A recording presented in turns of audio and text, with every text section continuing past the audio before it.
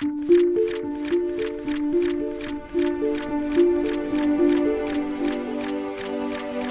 folks, today I'm going to show you how to make a maze screen for a paper computer game.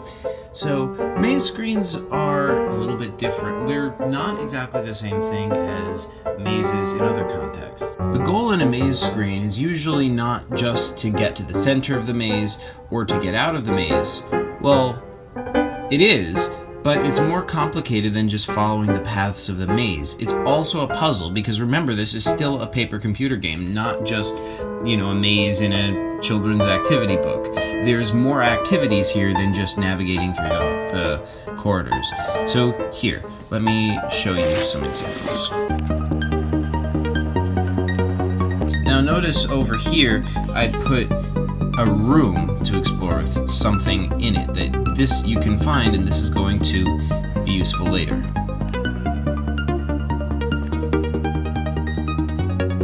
Okay, so I've set up my maze screen so that you have to go to several places throughout, and you have to kind of go back and forth. So TutorialBot over here will be demonstrating that for me. How's it going, TutorialBot? I am well, thank you. Excellent. So you are here, and your goal is to get over here. What do you do? Very well. I will attempt to go over there. So you go up here, but then you're blocked by a big metallic door. It's electronically sealed. You can't get past. What do you do? Very well. I will attempt to investigate this room down here. Alright, so you go in here, and you find a little baseball. Very well. I will explore this passage. Alright, you go down here, and there's a door with like a slot for a baseball in it. I will insert the baseball into the slot. Alright, you insert the baseball into the slot. This door opens, and you get inside here. Over here there is like a bank of computers with controls on them. I will attempt to use the controls. Well, it turns out that the controls control this door over here, so when you touch them, you hear from far away. Very well. I will exit up there. Alright, you go back up here, and you're out. So that is the basic idea. I want to show you a few examples now. Over here we have The Ancient Secret Under Shri. This is one of my earlier paper computer games set on Ginkis's planet of Shri, and early on we have a maze screen over here, which as you can see is pretty complicated. The goal here is to get up here through this door. Here's where Ari starts because he fell through the floor. There's some enemies here, so that's something you have to contend with. There's a lot of weird like little rooms and passages. There's a massive creature that's a problem. I actually put the fat guy in here because, why not? And there's side rooms that you can be teleported into from various parts. So the whole maze screen is a whole thing to be explored in and of itself. It has puzzles to be solved within it. It has enemies to be overcome. In a sense, the maze screen could be a whole mini paper computer game in its own right. Here's another one. This one, Welcome to Death Ward Hospital. We have,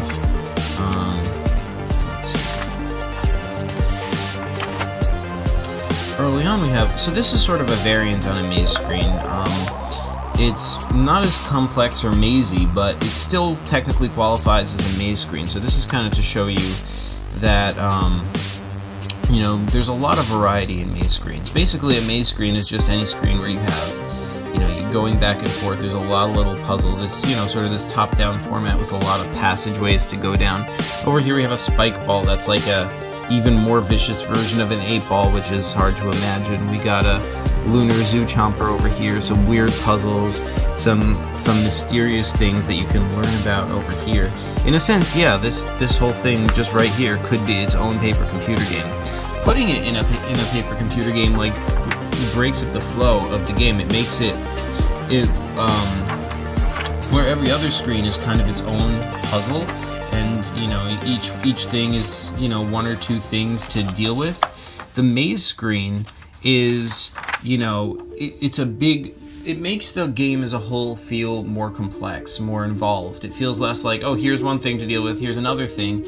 Maze screen is the one part of the game where you're having to go back and forth and deal with a lot of different little things at once. You find one thing that can help you with another thing, and that thing leads to another. So there's a lot of interconnectedness, which I find like a lot of fun.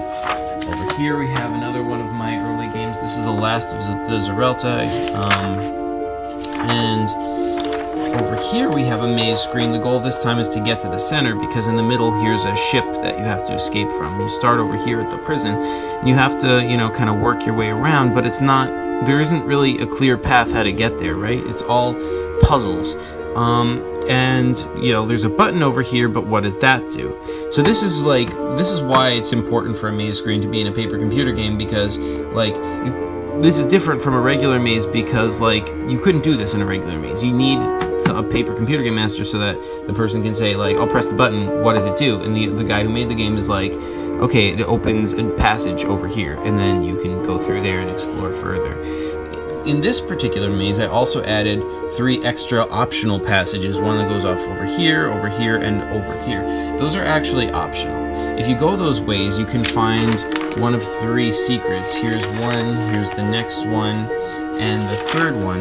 And these are 3 crystals. If you find all 3 crystals, then later in the game, you can combine them into a secret. So, to access a secret room later in the game, which you couldn't have got to otherwise. So, that is a fun thing you can do with maze screens. Here's another one from my game, Quest for the Vengeful Book, which unfortunately no one ever played through.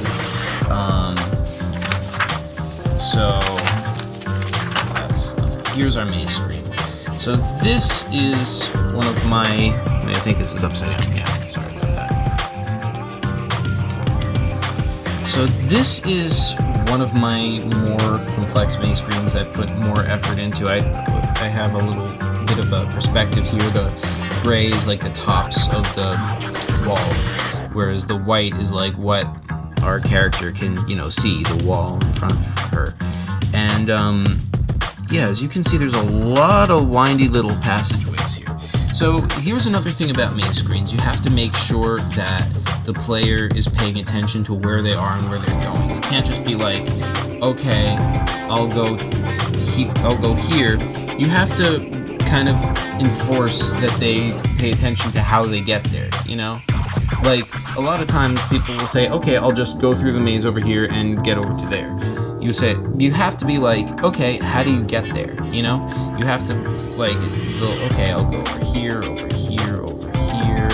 It's important that they do that, because if they don't, then it's not going to feel like a maze to them. So even if the player is going to want to kind of just teleport through like that, you can't let them do that. Even if it is just a straight path, it has to feel like a maze. So in a maze screen, you gotta make them trace their path and make sure that they're going the right way. Where do you go? In this maze, again, we have a spiky 8-ball, we have, enemies to deal with. This guy, you gotta find a way to get past him if you're gonna get to this whole, section of the maze that leads up to here. There's this big dragon thing. We have a pile of trash over here.